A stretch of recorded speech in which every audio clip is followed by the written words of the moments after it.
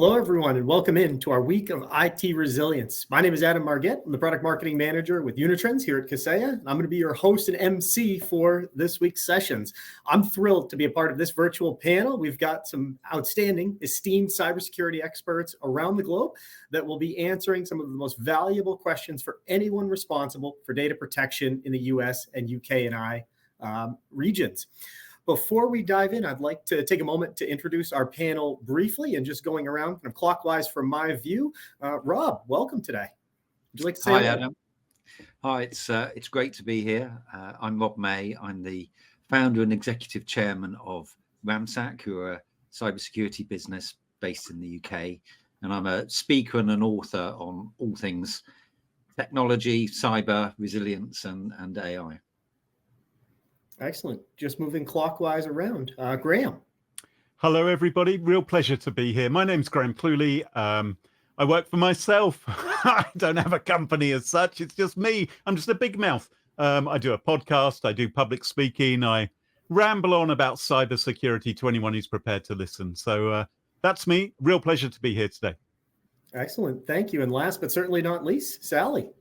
Oh, lovely. Love the intro so far as well. And great to be back with good friends as well. So similar kind of combination of backgrounds there as well. So I'm Sally Eaves. I'm head of a cybersecurity magazine and also an insights research think tank as well. So big, deep passion area there. I'm also CEO of Tomorrow's Tech Today, which is a technology media analyst and also a social impact consultancy as well. Because again, a big passion for me is how we can democratize access for things around, for example, cybersecurity skills and data literacy. So big area of mine as well. So yeah, lovely to join you all today and can't wait for the conversation. Democratizing access and literacy. I love that. I love that mission, Sally. So thank you, everyone, for your introductions. Before we dive into our topics, I want to set the stage for our audience. And I'm sure that when we think about the cyber threat landscape and the threats that are out there targeting our businesses every day, it's no surprise. 2023 was a year that was dominated by cyber attacks, whether it was voter data exposed in the UK, the Royal Mail impacted national deliveries after a cyber incident, the Lehigh Valley Health Network that was sued after a ransomware gang published patient images. There was the 23andMe breach where almost 7 million users had confidential data and proprietary information stolen out in that leak. It appears that every day there's a new record-breaking, mother of all breaches, cyber attack, significant impact. And when we look at the opportunity out in front of cyber criminals, it's easy to see why this field and this space has become so littered with even novice actors. But when we look at cybercrime as a whole, if cybercrime was a country, its GDP by 2025 is estimated to be $8 trillion. It's roughly the combined economies of Germany and Japan. It would be the third largest economy in the world. Now, while those numbers are big, a lot of these targets for these actors are actually small. In reality, about 80% of ransomware victims are small to mid-sized businesses, those with 1,000 employees or under. But 70% of those SMBs said that the impact of a ransomware attack would ultimately be a death blow to their organization. It's a very small percentage that are prepared adequately to face such an attack, and 60% are going out of business within a year of a successful attack. So one of the things that we talk about a lot and that we hear in talking to customers, they think, well, I'm too small. They're not after me. They're going after the Citibanks of the world, the Colonial Pipelines. The reality is you're not too small to be a target for cyber criminals. You have data, you have valuable information. You're only too small to make that headline news. So with that in mind, I want to bring up and get some insights and some expertise from our panel. And, let's start here. In the ever-evolving landscape of cyber threats, we've seen artificial intelligence bringing in new automation, new techniques. But I'm curious, what are some of the overarching trends that you've observed in recent years that really highlight the critical need for resilient cybersecurity strategies, especially as it concerns data protection, backup, and disaster recovery? Sally, we'll start with you. Oh, yeah, fantastic intro. I think it brings to the fore almost like a pick and mix, doesn't it, of kind of vectors of change that we've been dealing with. So just a few as a starter for 10, I would say diversification in threats would be right up there as one of the big evolution areas, but also the reimagination of older threats too. So think of things like Emotet as an example, which has really been reimagined, kind of the chameleon, I would say, of cybersecurity, but also some of the old telecom protocols as well. They've been re-engineered to, for example, attack crypto wallets. So a lot of kind of reimagination and pragmatism, and some of that by bad actors collaborating more too. So that's a big trend that I've seen. Also, the effect of convergence. So, for example, like IT and OT. So that's created new opportunities, but new extended risk areas as well. And also new verticals coming to the fore as attack vectors. So energy, I would say, being right up there. Also things like manufacturing as well. But the other thing, the cost of entry has gone down so much. I was doing something on this the other day, and, like we have to have a coffee, don't we, at the coffee shop down the road or whatever. You do that, say, 5 times a week. That's the equivalent of buying a ransomware kit. So it's really opened up opportunities for people to do the wrong thing as well, if you see what I mean. And on the reverse of that, we're seeing more collaboration, for example, like organised crime groups coming together too. So lots of different areas here. On top of that too, I just say things around skills gaps, and not just kind of access to skills in cybersecurity, but also things around, confidence to apply skills too. I think that really is important as well. Also, I would say escalation and regulation, geographical differences around that, and also governance. I mean, that's a key area that's really been brought to the fore, just at WEF just the other week.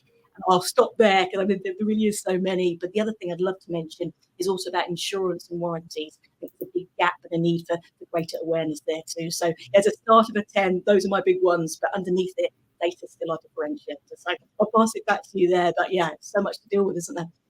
You see, Graham, it looks like you were ready to jump in. Any thoughts you'd like to add on? Well, Adam, you asked us about what are the cyber threat trends? What have we seen over recent years? And I think we can't ignore the scourge of ransomware and just how much impact that's had. Cyber criminals have been creating malware for the last 30 years or more, and they've always found it difficult to monetize it. But when ransomware came along and it was combined with cryptocurrency, it gave the hackers the ability to anonymously demand money, receive the money without a money trail being obvious for law enforcement to follow up. So it's often been beyond the reach of the police to actually grab these guys. So that problem is now huge. The Lockbit gang, who recently had some of their activities disrupted by law enforcement, the NCA and the FBI, they're believed to have cost companies billions of dollars in ransoms and recovery as well. So I think one of the things that we can learn from this is it's essential for businesses to not only store secure backups of their critical data, allowing them to get back up to speed, but also that they put defenses in place to prevent a ransomware attack from succeeding in the first place. Prevention, always going to be better than cure. I want to lean into a little bit about what you said there with prevention, and there was something that Sally talked about too, is closing that skills gap with the commercialization of these kits. You could go out and for a small split of the profits get kits, get full-blown tech support from these gangs and from these threat actors that are developing this code. I'm curious. There's been a global shift towards remote work, and Sally mentioned even the coffee shop example, and you were thinking about the cost to acquire the kit. I'm thinking about, less secure Wi-Fi, devices that are moving and connecting in. They're on planes, trains, and automobiles, connecting into hotels, maybe working from home. When we think about this shift towards remote work, how has data protection and resilience really changed? And what are some of the new challenges that have emerged for securing the availability of that critical data that's on the edge? Graham, I'll start with you. Oh, I think it has become an enormous challenge. So many people now are working from home, working remotely. They're physically remote from their IT support team, which makes it more of a challenge to say, oh, can you just have a look at this? Or, something weird's going on my laptop. You don't want to cause a fuss. You don't want to pick up the phone. You don't want to disturb someone else's day. Plus, of course, I work from home. I've been working home for the last 10 years or so. I know how distracting it is when you've got young children, when you've got the washing machine and the dishwasher going off. So many cybersecurity incidents occur because you are distracted or someone asking you to do something and you've got too many things going on at once, and there's an Amazon delivery at the front door and you're being asked to click this, or you've been asked to join a webinar and you find you were wearing a green jumper just before you appear. Hang on, why is my head all disembodied in front of the green screen? These sort of things happen all the time. Mistakes will happen. It's only human. So remote working does increase the risks as well, I'm afraid. It's marvelous in some ways because we can do all this without putting our trousers on, but you can also find that you're caught a bit short when it comes to security as well. Yeah, I think you bring up a good point with distractions, dropping links into inboxes. We saw the Zoom bombers, from a couple of years ago that were really making waves and causing a lot of pain and challenge for folks. So, I think it's interesting, and I'm curious about from an organizational perspective. We've embraced remote work, but it seems that cybersecurity and some of the practices, the implications of that remote work have lagged a little bit. So I'm curious, for a lot of our folks that we're working with directly here, they're in that kind of in that supporting line of business. They are the decision makers, but they might not be the leaders of their organization. And I'm curious, as this need becomes more present, more organizations are working from home. We've got to secure users on the edge. There was even some research from Google about the habits of the Gen Z or the younger users and kind of how that is at odds with older folks in the workforce, kind of understanding your workers. But I'm curious, for those decision makers now that are scrambling to catch up and ensure a more robust defense, are there ways that they can effectively communicate the importance of investing in cybersecurity and data backup strategies to their leadership teams to really ensure alignment with broader business goals? And I know, Rob, we haven't heard from you. I'd love to get your thoughts on that. Yeah, no, absolutely. And look, with so much of this, training is on the agenda, isn't it? And I think effectively communicating the importance of robust cybersecurity means aligning that to the broader business. Security and IT. Security is not an IT thing. Security affects all of us, and I think that decision makers need to present cybersecurity and data backup not as IT issues, but as integral to overall business continuity, and of course, ultimately to reputation. And by using stories, real world examples, they can illustrate the potential financial and reputational impacts of cyber incidents, demonstrating how cybersecurity investments mitigate those risks is going to help gaining buy-in. And I think furthermore, aligning cybersecurity strategies with regulatory compliance requirements can also underscore their necessity. It's crucial for us to translate technical aspects into business language, focusing on the return on investment, risk management, and competitive advantage which it can give you. And I think that approach ensures that cybersecurity is seen as a vital component in an organization's strategic planning. Sally, when we think about bridging the gap between IT often being seen as a cost center and how those decision makers in that line of business or in that department can effectively communicate the value and the importance of investing in cybersecurity and data backup to their leadership teams, what would you recommend in terms of how they can go about that to really ensure that they're aligned with some of the broader business goals? Yeah, absolutely. And Rob mentioned there about storytelling. And I think up there, it's right up there for me. Like, narrative really matters, doesn't it? And I think it brings to the fore, if you look at some of the new legislation, like with NIS2 in particular, it brings so much more, say, personal accountability to C-suite level. So that really brings that kind of focus in there too. But if you look at all the different impacts, we've mentioned a few as well. It's not just cost, it's reputational damage. It can be personal accountability damage and fines. We've seen so many different array of these. So it's not just the cost to security. The narrative here is the cost of insecurity. I think we should be bringing to the fore in those communications. But also, it's not all about new investments in technology and with what you've already done to go on this journey. You might be able to reuse some of the work you've already done to advance your cybersecurity journey too. So again, if you've got certain commitments that you've made to, particularly in the ISO qualifications, you can be up to 70% compliant with NIS2 already. So you can do more with what you have too. So I think that's an important kind of area to focus on too. You know, I love that flip of the paradigm there. It's not about the cost of security, but rather the cost of insecurity. It's well said, Sally. I really like that. And you know, you mentioned for a lot of folks, they can leverage work that they've already done. We did a little bit of work in the Australia markets, and the model that they follow down there is the Essential Eight. And I really like that because they give both technical and operational approaches when they look at assessing those maturity levels. So when you look at your patching routines, for example, a level 1 mature organization is patching, I think, within a week of a patch release, a level 2 within 48 hours, a level 3 within 4 hours. So sometimes it's not necessarily something that you need to invest in. And I'm sure that IT pros watching this are going to roll their eyes. Okay, patch day. We know how that can go, but it's not just about the technology, but sometimes how are you using it operationally, and are there things that you can improve on? Now, I want to go back to the storytelling, and Rob, I'm going to put you on the spot here. Drawing from some of your personal experience or working with your clients throughout your career, is there a specific instance that comes to mind where really robust and well-designed backup and recovery played a pivotal role in mitigating the impact of a cyber incident? Yes, no, absolutely. And I think one of our messages that we talk to our clients about all the time is, look, it's not just cybersecurity. It's about cyber resilience. And cyber resilience is the ability to bounce back when the inevitable happens. And yeah, in fact, relatively recently, in terms of an example, we were working with a large professional service firm, and they suffered a ransomware attack. It led to significant data encryption of over 50 servers.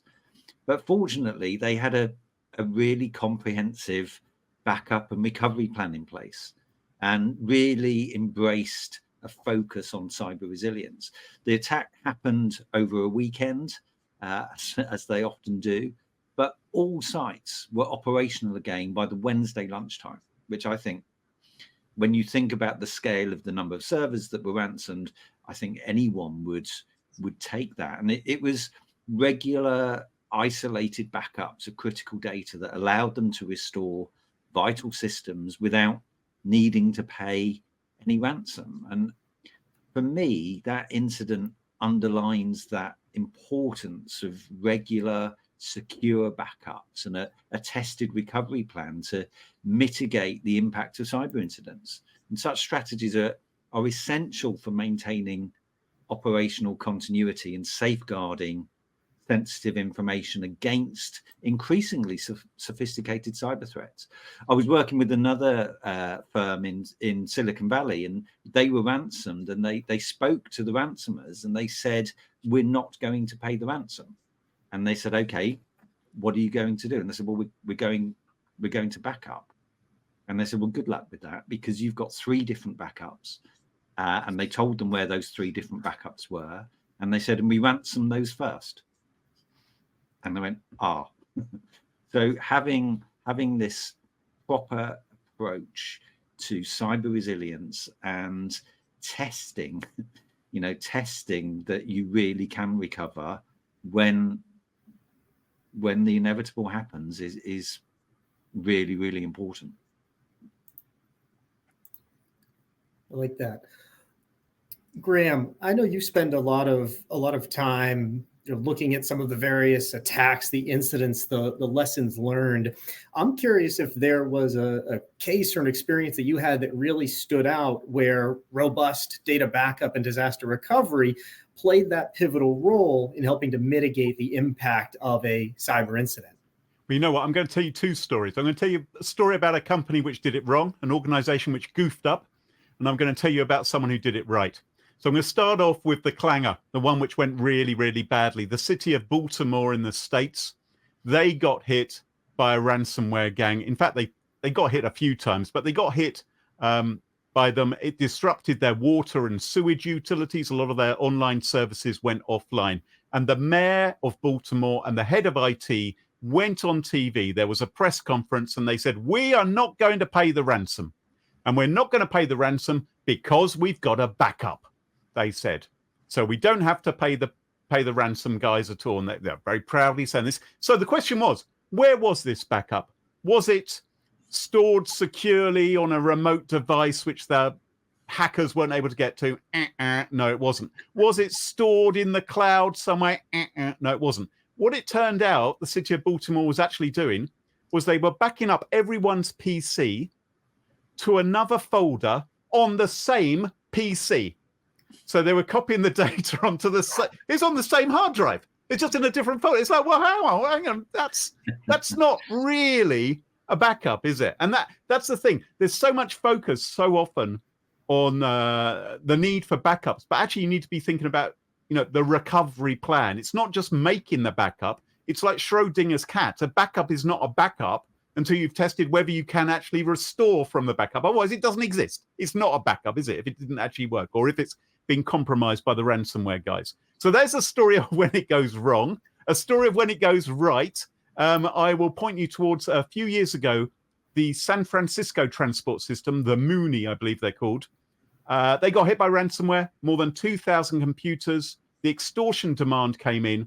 And what the transport system decided to do was they just opened up the gates. They couldn't sell any tickets. They just opened up the gates. Everyone can travel for free.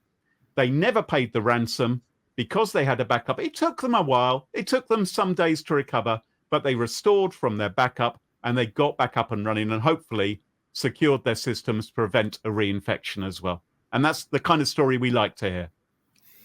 One of the things that I noticed from both Rob and Graham, sharing your experiences, is the importance of the testing, drilling that plan, understanding when to break glass, how to execute that recovery run book. Critically important. Now, we've talked a little bit about backup and disaster recovery as that last line of defense, but a word that the panelists have used a lot is resilience.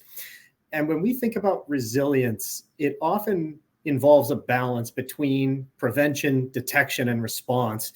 So, Sally, I'd be curious to get your thoughts on how do you see that balance evolving between prevention, detection, and response, and what strategies can organizations implement to ensure that they've got a really comprehensive approach to cyber resilience? Yeah, I think you picked on a key word there in terms of comprehensiveness, but also that holism as well. So it needs to look at the technical side, operational, but also people and strategic aspects of cybersecurity too. And I'm going to go back to governance. For me, getting this balance right, I think governance is really rapidly becoming this kind of central pillar that brings that together, particularly when we come to what we've seen with the evolution and kind of hyper reality around generative AI. I'm sure we'll come on to that a bit later on too. But for me, this governance piece is right in the middle here. And particularly, Rob brought that up earlier about legislative changes too, whether it's NIS2, whether it's the EU AI Act as well, but also what we're seeing around ESG changes as well. Everywhere we're looking here, I think this getting the governance aspect right is becoming ever more pivotal to this too. But I mentioned it, I think, earlier on in the conversation. When we're looking at all these changes, another part of resilience for me is everything that's underpinning it. If we look at new headlines every day at the moment, nearly everyone is going down the generative AI route. But the foundations have to be right. And if you look at what the biggest challenges are around some of these transformations at the moment, often the top three are people related, but beyond that, the other top three from a tech perspective are all around data, and it's around lineage, it's around compliance, and it's around security. And on average, I think it's around $13 million, I think, is the average cost per organization of poor data quality each year. There's some more, I can go granular on some of the detail there, but just to kind of give a headline figure, it really brings that to the fore. So for me, this resilience piece has so many different layers around that. I think that getting that right really is kind of this full life cycle tech approach that's looking at it across all these different angles. So from risk and transparency and compliance, and supporting you to get ahead of future changes around regulation too, and particularly around geographical differences. So supporting this around, the active intelligence with the data, but also the safeguarding, the guardrails around it, and doing that in a unified fashion, I think is absolutely critical. It's right across that detection, protection, mitigation, recovery piece. But governance for me is the biggest kind of focus area, because that single source of truth really matters, and where we're going, it's only going to matter even more. So yeah, from a start of the 10, that's really, really critical for me in this piece. Excellent, thank you. I think you got us there, and you mentioned, Sally, generative AI, and we've seen all sorts of examples. Twitter bots creating fake information, escalations, spiking treasury bonds last spring here in the United States by feigning an attack on the Pentagon. It was all bot-driven accounts, AI-generated imagery. None of it was real. but the Arlington Fire Department responded, gold and treasury bonds and other assets that folks are typically buying up in sort of that doomsday scenario, they saw a spike at the opening of the market that day. So the power of these tools is real. We talk about generative AI, and I think a lot of the headlines are negative. It's cyber criminals have done this. They can bypass voice biometrics. When we think about generative AI, and Sally, I'll start with you. Is it a threat? Is it an opportunity? Or is it both? It's a bit of both. I mean, you're right. I mean, WEF, wasn't it, only a few weeks ago, I think, called AI kind of the biggest kind of weapon for misinformation. It literally was the kind of around the world at that kind of level. And you're right, a lot of the headlines gravitate to that. But it really is a juxtaposition. And like anything, it's the intent to which it's applied, isn't it? And we're seeing some fantastic advances through AI that can support us, from a cybersecurity and resilience protected perspective. So automated threat detection and response will be right up there, but also being more adaptive, more agile and more proactive around defense. And I think if we look at some of the challenges in organizations at the moment, the complexity is right up there, but also, alert fatigue, overload for people in teams as well, and ops teams in particular. So AI, machine learning can really support us with those types of challenges too. But even also things like security awareness and education. I don't think we talk about AI in the way of using it for, say, phishing simulations, but also for gamified experiences and actually giving personalized learning to people to upskill around this too. So many ways it can be used in a positive way as well. But you're right, lots of threats here. I think machine learning poisoning is one that I've been looking at particularly closely at the moment. So it definitely is this kind of dual edge, but coming together as an industry, I think events like this and the education piece is huge here. But for me, I'm optimistic, but we are in that kind of dual-edged sword at the moment. Cautiously optimistic is a fair stance to take. So. When it comes to generative AI, Graham, in your opinion, is it a threat, an opportunity, or does it play on both sides? Well, I love that Sally's cautiously optimistic. Allow me to be a bit more of a doom monger then. maybe it's my age. Maybe I'm going to be an old curmudgeon. Oh my goodness, what a horrendous thing this is. Obviously, it can be used for bad. It can be used maliciously. Cyber criminals can leverage generative AI to create sophisticated phishing campaigns, deep fake videos, fake audio to deceive individuals. Additionally, the technology can be used to automate attacks. It can democratize, in many ways, cybercrime amongst many more people who wouldn't have the nous to actually build these things themselves. The AI can help them do it. And of course, there's other threats as well. As we, as a society, becomes more reliant on the outputs of these chatbots and so forth to do the work for us, there are threats that the cyber criminals could actually try and poison machine learning models with misinformation, inaccurate results, maybe code which has vulnerabilities as well. There's a real danger that we're just all too trusting of this. Having said all that gloomy stuff, there is some good as well. So you can use AI as part of your defense. So security experts can create robust defense mechanisms against adversarial attacks. That's great, using that sort of technology. You can use it to look for anomalies, things which are unusual happening on your network, unexpected behaviors, begin to pinpoint those sort of things, and also to test the security as well inside your organization. Doing that inside controlled environments can be an effective way maybe to actually heighten your security as well. So yes, it sticks one and a half a dozen of the other, but I'm afraid the middle-aged man in me is kind of going, do we really need this? Couldn't people just read books and learn things rather than trust a computer to tell them instead? Well, I think that's a good question.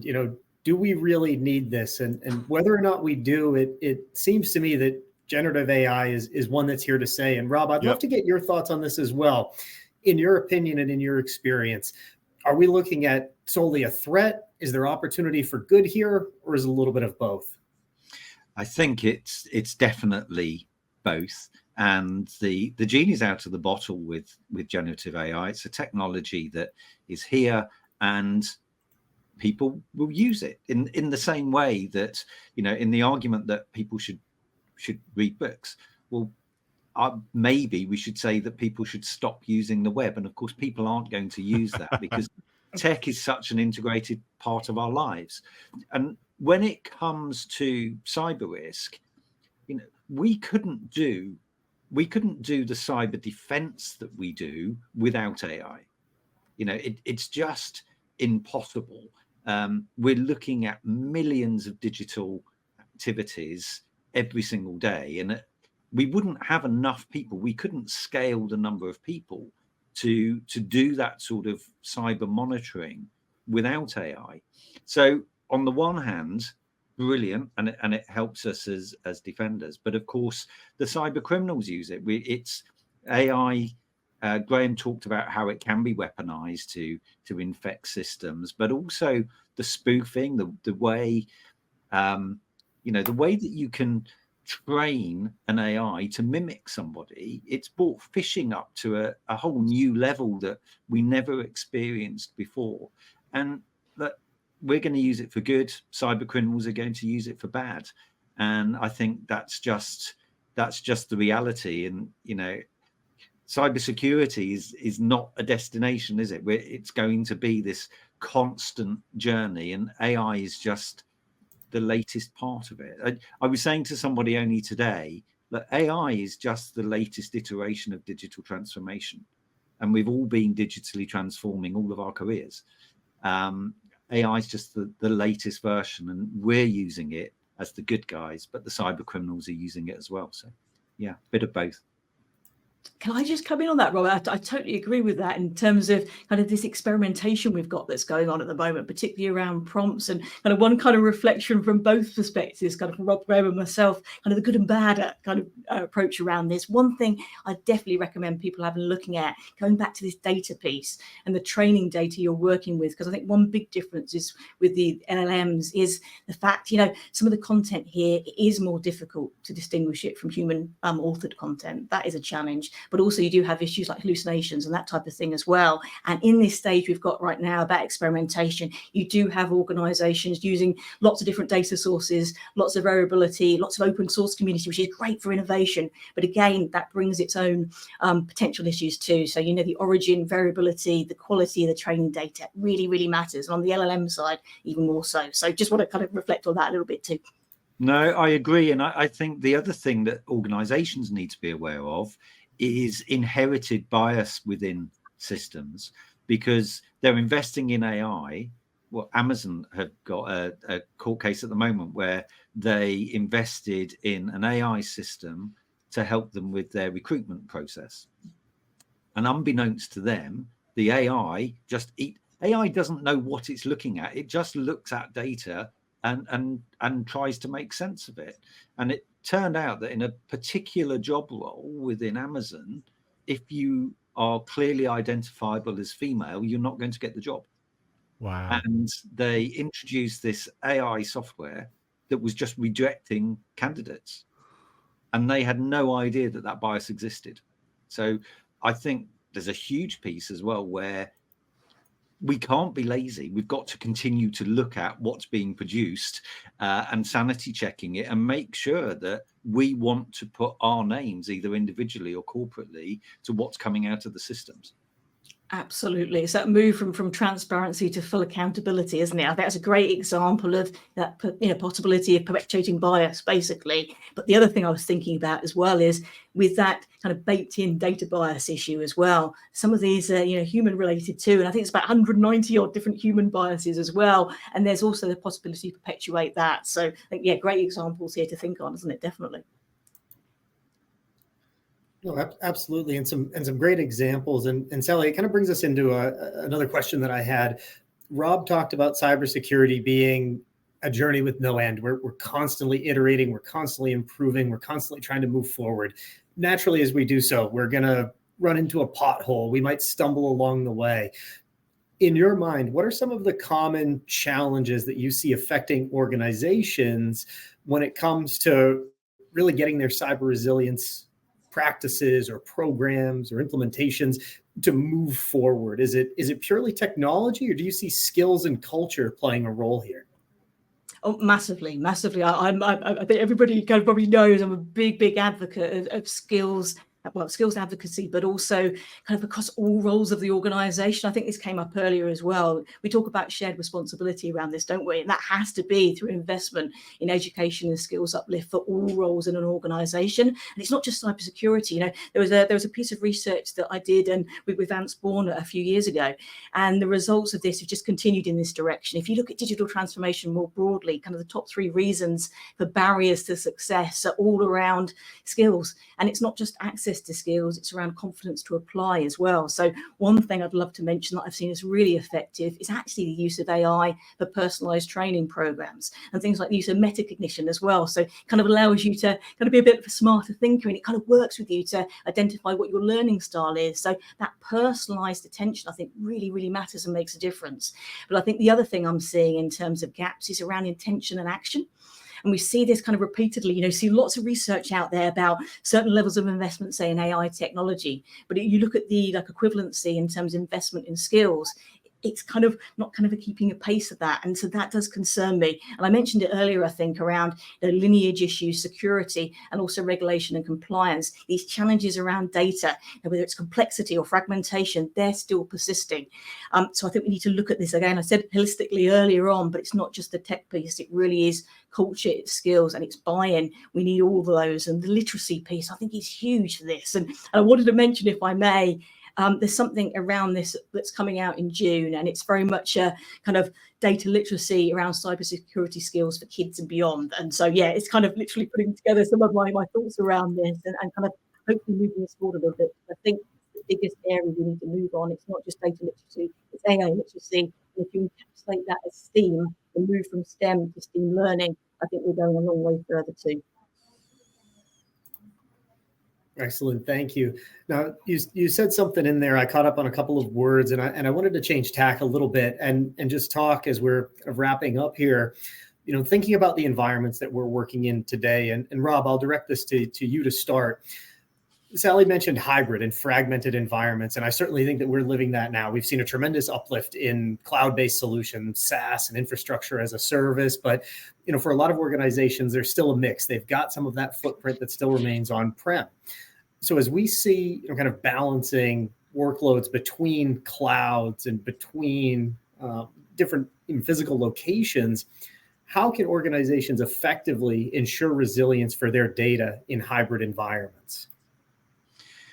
I think ensuring data resilience in a hybrid environment with that, the rise of cloud-based solutions involves a thought out strategic approach, and organizations need to focus on seamless integration between on-prem and cloud infrastructures so that they ensure consistency in data protection policies across both environments. You know, we didn't have those challenges before, and that involves implementing robust encryption. It involves implementing access controls and regular security audits. These are all the hygiene factors, and I think the cloud plays a dual role in a data backup and recovery strategy. On the positive side, it offers scalability, flexibility, and cost efficiency, allowing organizations to store enormous amounts of data offsite, which, let's face it, is essential for disaster recovery. And cloud-based backup solutions can be more resilient to localized physical threats and often provide easier management and faster recovery. Excellent, Sally. I saw you nodding along there. Did you have any thoughts on ensuring resilience of data in these hybrid environments that we're so commonly working in today? Yeah, I was just thinking a little bit, you know, MWC, etc., but been going on recently too. And I was just thinking about cloud native infrastructure there, where Rob was talking about, because there are some like common challenges I would say that we face there. And off the top of my head, I would say about insecure APIs being right at the top of there, but also again some of these common challenges, so lack of visibility being up there, misconfigurations. You talked about patching earlier, but I also say misconfigurations being up there. But again, I think compliance and regulatory issues coming to the fore too. But definitely that cloud native piece. I was just thinking as Rob was talking there, I think we've got those growing issues there, but again, the opportunity piece too. Absolutely. Graham, I didn't have your name on on the sheet for that one. Would you like that one? I can cue you in. I'm happy. Yeah, sure. If you want to. All right, excellent. So, Graham, we often find organizations today working in hybrid environments, a mix of on-prem and cloud. Any tips or advice for organizations to really effectively manage those environments and ensure resilience for their data in a hybrid environment? Well, here's the thing. You've got some control over your own security of your organization, the physical access to devices, the physical access to servers, who can log in. You've got that. But if you are using services which aren't on your premises, if you are using cloud-based services, you are putting a certain amount of trust into those organizations as well. And you hope that they're going to be properly secured, but you better make darn sure that you've got proper authentication in place for anyone who's going to access that information. So you need secure remote access to that. You need multi-factor authentication, and you also need encryption. And ideally, what you're going to have is some form of end-to-end encryption. So these cloud-based services who may be storing your data, if they do suffer a data breach, if they do drop a clanger and someone manages to hack them, that data is not accessible, that the firm can't access it, and which means the hacker can't either. Only you can access it. And then you've got a little bit more control over these things. So that's one thing which I'd urge people to think about. Thank you, everyone, for joining and participating in our week of IT resilience discussion. This could be a month, even maybe a quarter or a year with this landscape. Drawing and listening to your expertise. I've loved the time that we've been able to spend here today. I'd like to kind of just go around the horn for any kind of closing thoughts, whether it be best practices, just a bit of advice when we think about kind of that key theme of resilience and how organizations can keep their users and their data safe. Rob, I'll start with you.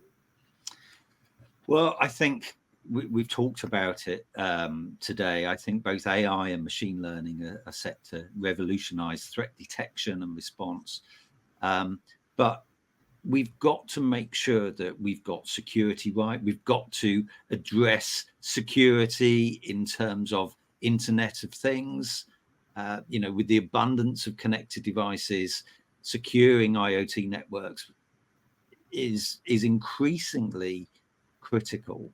And then the growing emphasis on data privacy and data protection is going to lead to more stringent cybersecurity and AI regulations requiring compliance from organizations. But we've talked about it. Backup is always going to be key. Having a plan to bounce back and testing that plan. As Graham said, if you don't test the backup, have you got a backup? And I think this is increasingly important. Yeah, I'd agree with that about the backups. So, I mean, ransomware isn't the only reason you should have backups. Backups can save your bacon when your hard drives fail, if you accidentally delete your important files, if your computers are stolen or lost, if your premises suffer a fire or a flood or a tidal wave of coffee, whatever it might be. You want to make sure that you've got a secure backup. Backups make sense, and sensible organizations make backups. So let's get back to basics. Let's make sure that we've got that kind of thing covered right now. So if a disaster does happen, you can at least get back to where you were before the disaster. I love that. And I'll just make a comment, understand what you're working with and what you're building. I mean, I think that is absolutely key, just reflecting on some of our AI comments today. So again, just ask the right questions. What's the lineage of my training data? Does it contain, is it leaking confidential data? Can you explain that generated output? There's a lot of kind of questions you can ask yourself. There's some amazing audit tools as well that I think can help you kind of understand where you are right now. And I'd love to say as well, there's also so much learning material out there that's free to access. So it really can make this cybersecurity resilience protection available for organizations of all sizes. So I love to mention that too, and also to get upskilled in this area. There really is opportunities to get involved. So yeah, very much want to end on a positive note from me. And I think let's not forget training. Yes, exactly. Training is super important. The concept of the human firewall, and I always say, if your people aren't cyber secure, then nor is your organization. And exactly. Training is what drives that. Absolutely. Awesome. I was just giving a little bit of a pause there. Well, excellent. Folks, I really appreciate it. I enjoyed the discussion. I enjoyed your input. Thank you for being a part of our week of IT resilience here. I'm excited to see what our friends at OST do when they cut all of this up and kind of serve up the snippets, but very much looking forward to it. So thank you. Thank you again. All right. Thanks very much.